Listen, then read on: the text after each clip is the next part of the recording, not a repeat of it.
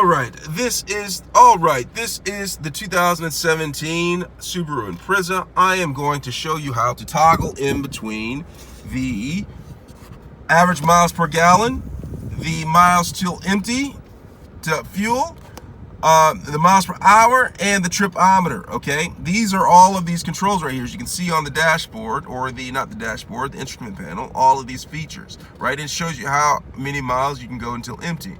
But in order to reset the tripometer, there's a button right here to the left-hand side. I'm going to press that and hold it in, and it actually resets the tripometer. You see, a tripometer was on A, back to 0 miles. Okay. All right, now, in order to toggle through all of this right here, I'm just going to tap this one time, and it goes to tripometer B, where tripometer B is at 3,500 something miles. And right here, it shows how many it shows me the average miles per gallon that I'm getting with this vehicle right here.